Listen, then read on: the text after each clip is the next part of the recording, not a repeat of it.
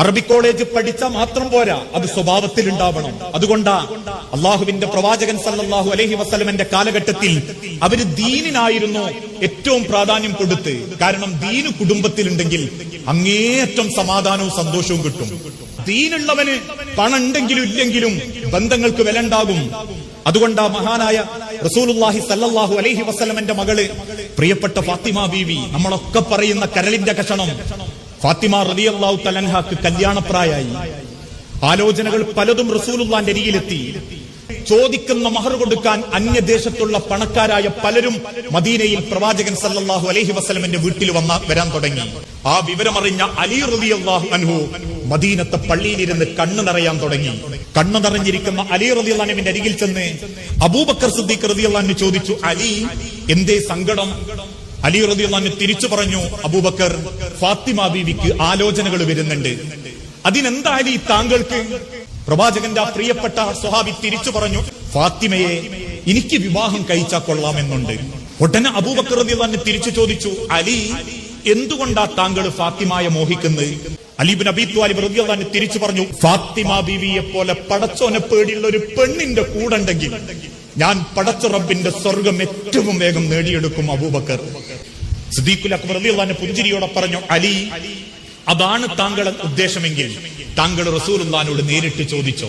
പക്ഷെ അലി ഇബ്നു അബീ ത്വാലിബിന് ചോദിക്കാൻ ഒരു മടി. കാരണം അള്ളാഹുവിന്റെ പ്രവാചകൻ സല്ലല്ലാഹു അലൈഹി വസല്ലമയാ അലി റളിയല്ലാഹു അൻഹുവിനെ സംരക്ഷിക്കുന്നത്. അലി ഇബ്നു അബീ ത്വാലിബിന് ഒരു സങ്കടം, ഞാൻ ചോദിച്ച റസൂലുള്ളാഹിക്ക് അത് ഇഷ്ടാവുമോന്ന്.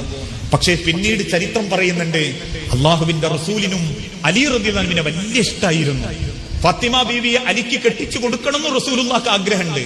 പക്ഷെ അലിയോട് ആ ആവശ്യം പറഞ്ഞാൽ ഇത്രയും കാലം തിന്നാൻ കൊടുത്തതിന്റെ കണക്ക് റസൂല് മോളെ കെട്ടിക്കാൻ വേണ്ടി ചോദിക്കുകയാണ് എന്ന് അലി റളിയല്ലാഹു അൻഹു തെറ്റിദ്ധരിക്കുന്ന ബേജാറുകൊണ്ട് റസൂലും ചോദിക്കുന്നില്ല.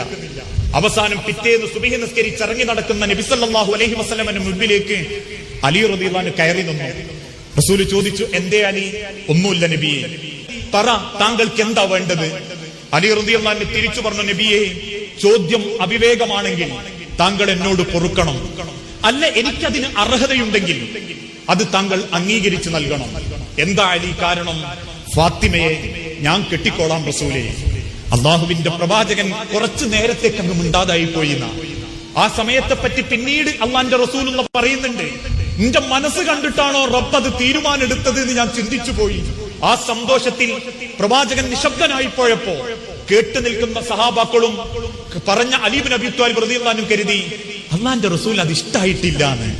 അലി റളിയല്ലാഹു അൻഹു ഇങ്ങനെ തിരിഞ്ഞു നടക്കാൻ ഒരുങ്ങിയപ്പോ പിന്നിലൂടെ വന്ന് അലി റളിയല്ലാഹു അൻഹുവിനെ കെട്ടിപ്പിടിച്ചിട്ട് റസൂലുള്ള പറഞ്ഞു, അലി, നിന്റെ ഫാത്തിമാക്ക് പടച്ചോൻ തന്നതാങ്ങളെ. നിങ്ങളെപ്പോലെയുള്ള ഒരു വരനെ എന്റെ മകൾക്ക് വേണ്ടി കിട്ടിയത് ഞാൻ അള്ളാഹുവിനെ സ്തുതിക്കുന്നു അലി. ആ അലി റളിയല്ലാഹു അൻഹു അള്ളാഹുവിന്റെ റസൂൽ കല്യാണം കഴിച്ചെടുക്കുക. അന്ന് അലി റളിയല്ലാഹു അൻഹുവിന് ഒരു വീടില്ല. അലി റളിയല്ലാഹു അൻഹുവിന് വരുമാനപ്പെട്ട എന്തെങ്കിലും സൗകര്യങ്ങളില്ല.